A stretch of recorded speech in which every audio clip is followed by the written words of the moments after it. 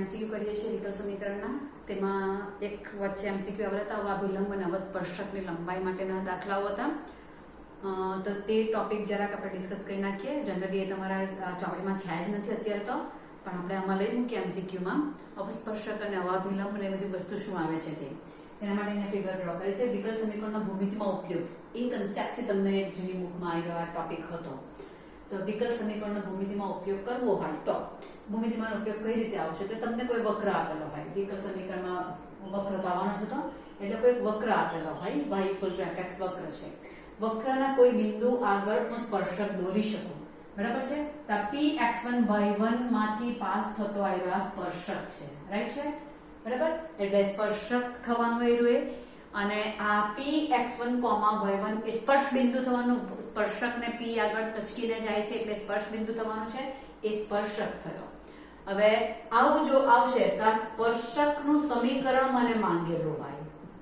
સ્પર્શકનું સમીકરણ વક્ર પરના બિંદુ px1, y1 આગળના સ્પર્શકનું સમીકરણ શું આવે આ કદાચ તમને છઠ્ઠા ચેપ્ટરમાં કરાવેલું પણ હોઈ શકે બરાબર આ બધી વસ્તુ તો કે તેમાં સ્પર્શકનું સમીકરણ તો સ્પર્શક એટલે રેખા જ છે એટલે રેખાનું જ સમીકરણ આવ્યું તો રેખાનું સમીકરણ મારે કરવું હોય તો સૂત્ર શું છે તો કે મને એક જ બિંદુ આપેલું છે px1, y1 રેખા પરનું એક જ બિંદુ છે તો મને ઢાળની આવશ્યકતા રહે છે તો વક્ર પરના બિંદુ p આગળના સ્પર્શક છે એ સ્પર્શ બિંદુ આગળ તો મને ઢાળ પણ dy/dx થવાનું કે નહીં રહે વિકલનની વ્યાખ્યા છે કે જે બિંદુ આગળનું સ્પર્શક દોરી શકાય તે બિંદુ આગળ એ વિકલનીય છે એવું કહેવાશે તો વિકલનીય છે એટલે dy/dx મને મળે છે એવું કહેવાશે એટલે ઢાળ dy/dx થવાનો કારણ કે dy/dx એટલે સ્પર્શકનો ઢાળ જ છે એટલે મને એનો ઢાળ પણ મળશે x1, y1 આગળ તો મને ઢાળ મળે છે અને બિંદુ મળે છે તો ઢાળ બિંદુ અને આધારે રેખાનું સમીકરણ શું આવશે સ્પર્શક એટલે રેખા જ છે તો કે રેખાનું સમીકરણ આવશે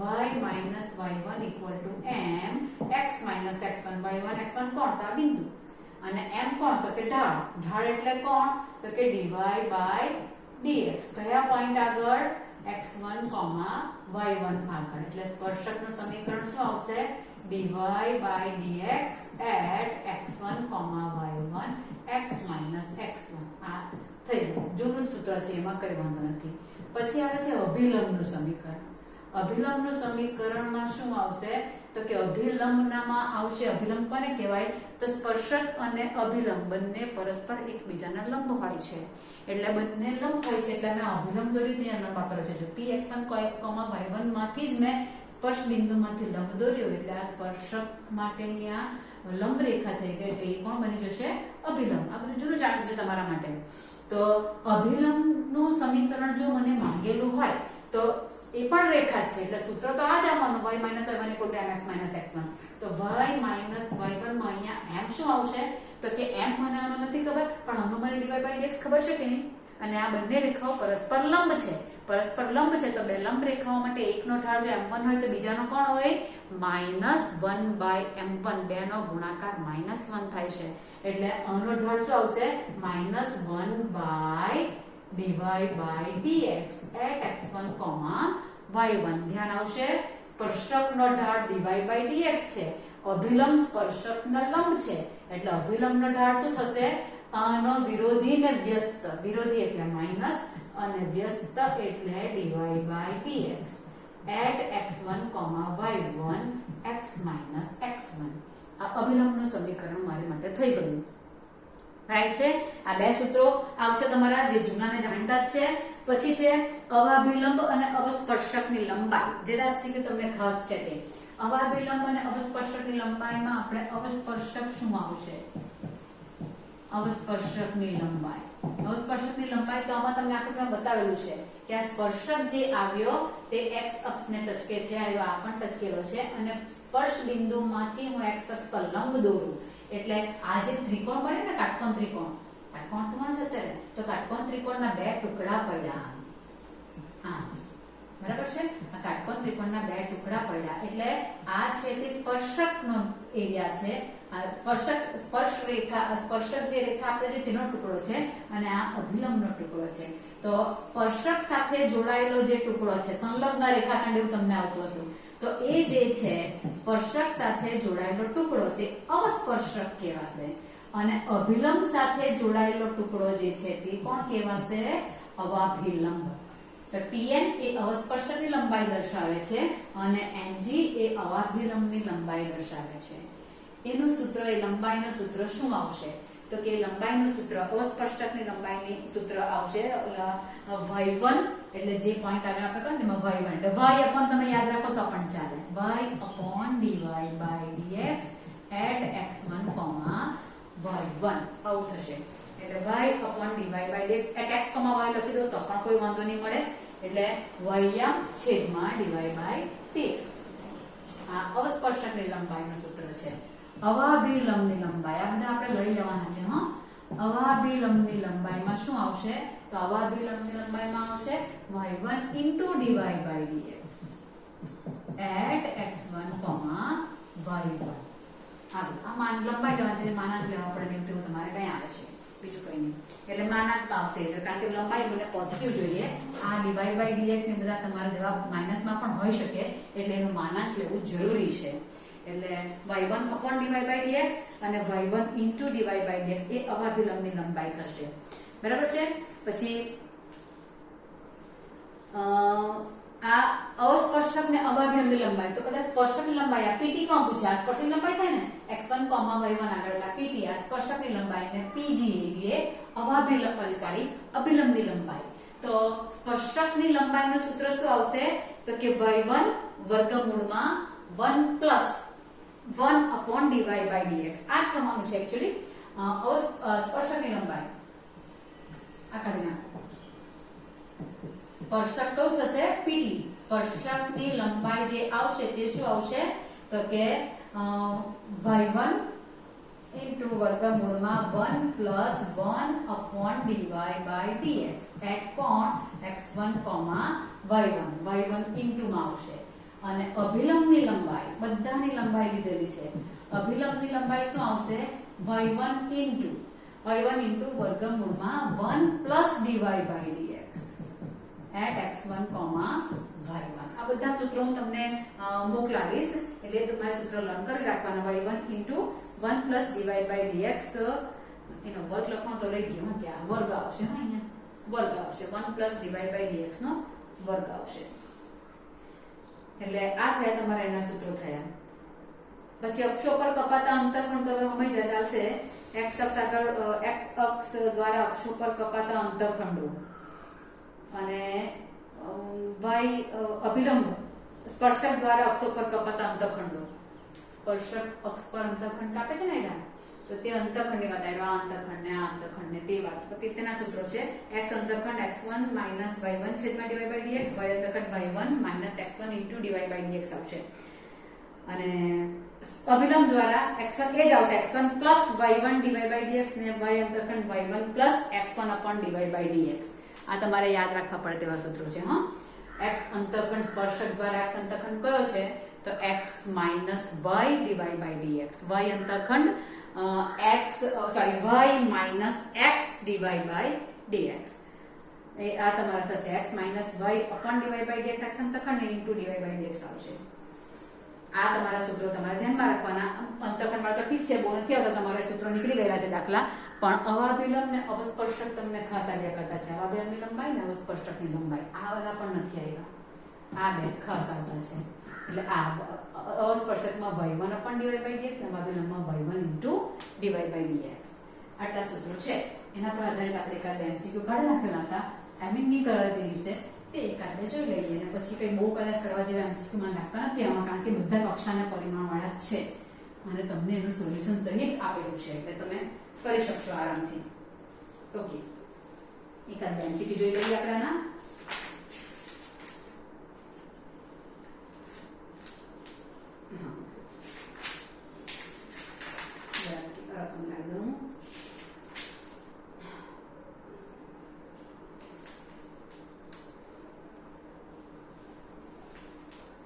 x square equal to minus 8y પરના 4, minus 2 આગળના અવાભિલંબની લંબાઈ.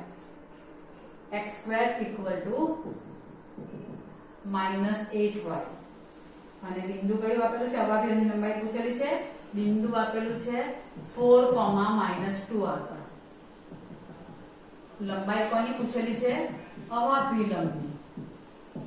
અવાભિલંબની લંબાઈનું સૂત્ર શું આવશે? માનાંકમાં y1 into dy by dx at x1, y1. એટલે મને જરૂરિયાત કોની પડશે? dy by dx ની પડશે. dy by dx ની પડશે એટલે આનું વિકલન કરું 2x equal to -8 dy by dx. એટલે dy by dx કેટલા આવશે? dy by dx આવશે -x/4 આવશે. -x/4 આવશે. તેનું પાછું મને વેલ્યુ કયા પોઈન્ટ પાસે જોઈએ?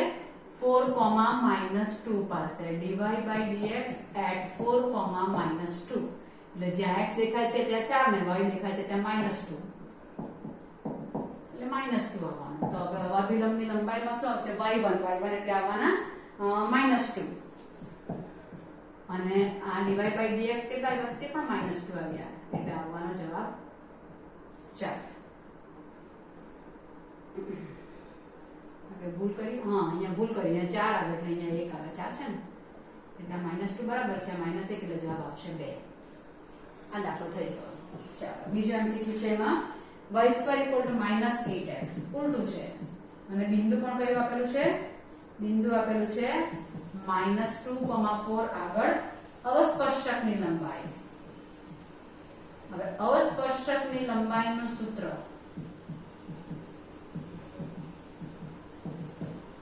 y1 into 1/dy by dx. પેલામાં ઇન્ટુ છે અને આમાં અપોન છે. બસ એટલું. y1 into 1 અને y1/dy by dx તમે વિચારી શકો છો. dy by dx કરવું છે 2y dy by dx equal to -8. એટલે dy by dx કેટલા આવવાના? -4/y. રાઈટ કે? -4/y. અને dy by dx કયા પોઈન્ટ આગળ? -2, 4 આગળ જોઈતું છે. -4 અને y આટલા જ છે એટલે -1 આવવાના. ઓકે, એટલે y1 કેટલા છે? તો y1 4 છે ને પેલા -1 છે એટલે કેટલા આવવાના? 4. માનાંક લેવો જરૂરી પડે ને. લંબાઈ બધી તમારી માઇનસ માં આવે છે એટલે માનાંક લેવો જરૂરી પડે. તો આવા સ્પર્શક ને અવાભિલંબ વાળા તમારા આવા થયા દાખલા. બધા લાંબા મારે કરવાનું કોઈ કામ નથી. એકાદ બે થઈ ગયા. પછી એવું છે તમારું 15મું MCQ. x² - y² = 8.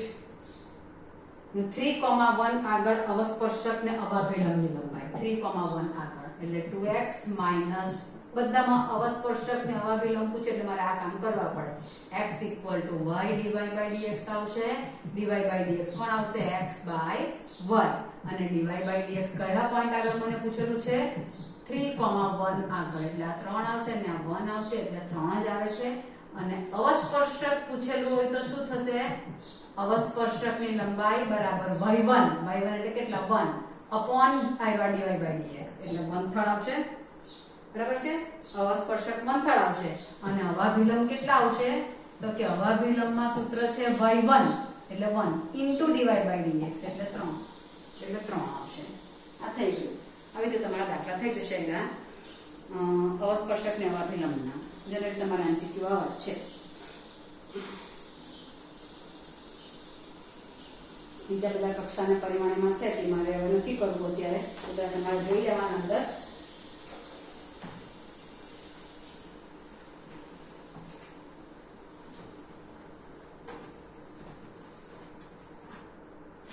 ઓકે, એક દાખલો જે છે તે ટેક્સ્ટ બુક બેઝડ MCQ તમને જે આપેલા છે તેમાં એક MCQ છે 4 d2y by dx2 plus dy by dx plus integration y dx equal to x² ની કક્ષા અને પરિમાણ.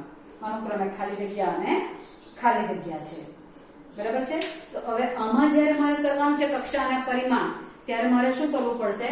તો કે આ ઇન્ટિગ્રેશન મને નડે છે. વિકલિતની બહુપદી નથી. કક્ષામાં તો ઠીક છે પણ પેલા માટે મને વિકલિતની બહુપદીની મળે. ઇન્ટિગ્રેશન વચ્ચે આવી ગયેલું છે એટલે તો મારે આમાં ઇન્ટિગ્રેશન દૂર કરવું પડે વિકલિતની બહુપદી બનાવવા માટે. તો ઇન્ટિગ્રેશન ક્યારે દૂર થાય? જો હું વિકલન કરું તો. હવે ખાલી એક જ પદ તો વિકલન થવાનું છે નથી એટલે મારે બંને બાજુ શું કરવું પડે? x ની સાપેક્ષ વિકલન કરું તો મેળ પડે. તો આ 4 ના 4 તો રહેશે જ.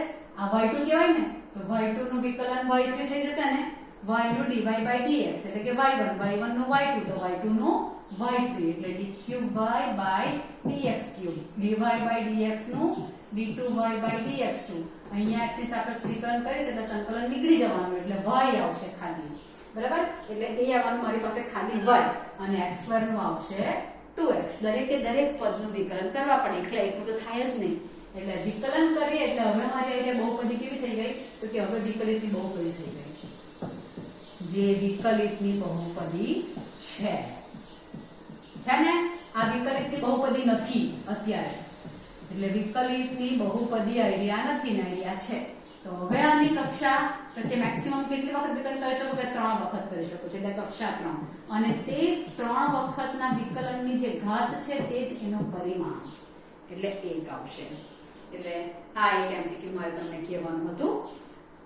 હા, તેવું બીજું એમસીક્યુ પણ તમને એની પાછળ જ હતું. ઇન્ટિગ્રેશન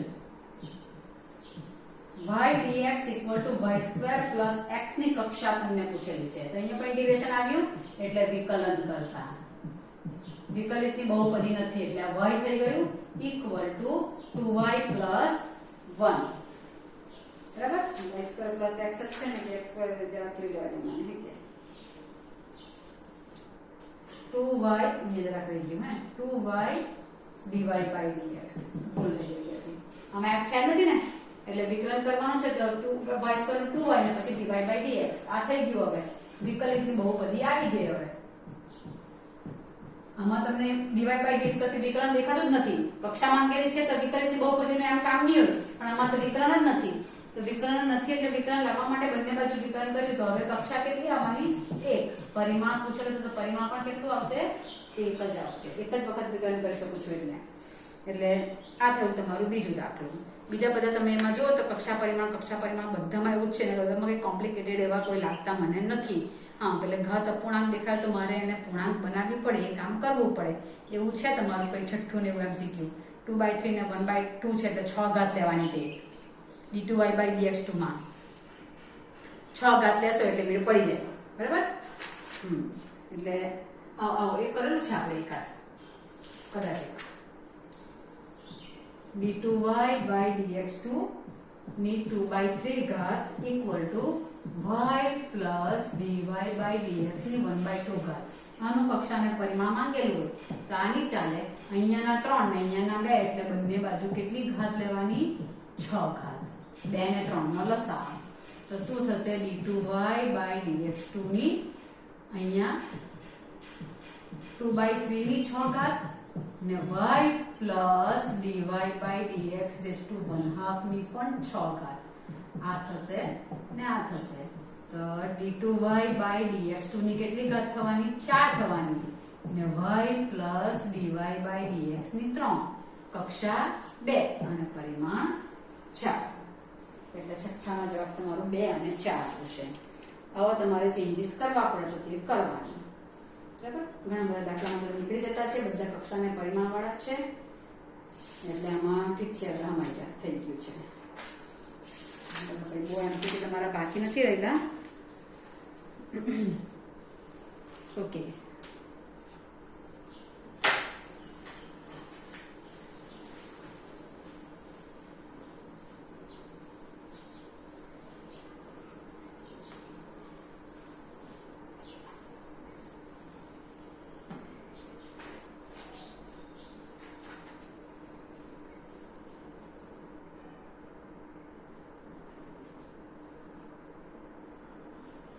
ચાલો હવે એક એમસીક્યુ તમને પેલું જે લેવલમાં પૂછ્યા કરે તેવું છે તે dy by dx equal to y by x plus 5y by x છેદમાં 5 dash y by x નો વ્યાપક ઉકેલ ખાલી જગ્યા બરાબર? તો હવે આમાં તમારું 5y by x ના ફોર્મમાં તમને આન્સર આપેલા છે.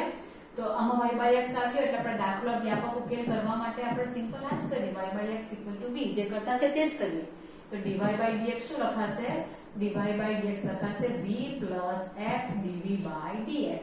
એટલે આ પરિણામ એ શું બનશે? એ બનશે v plus x dv by dx equal to v plus 5v upon 5v. આ v તો કેન્સલ થઈ ગયા.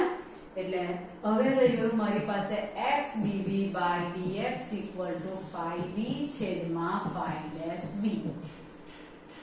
dv પાસે આ લોકોને લાવો તો 5v છેદમાં 5v dv 1 by x dx.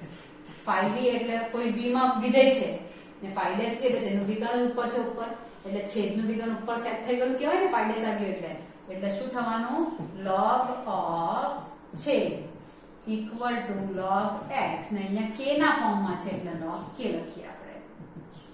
5v equal to kx. પાછી v ની વેલ્યુ મૂકી દઈએ તો y by x equal to kx. તો આ તમારો વ્યાપક ઉકેલ છે 5y by x equal to kx.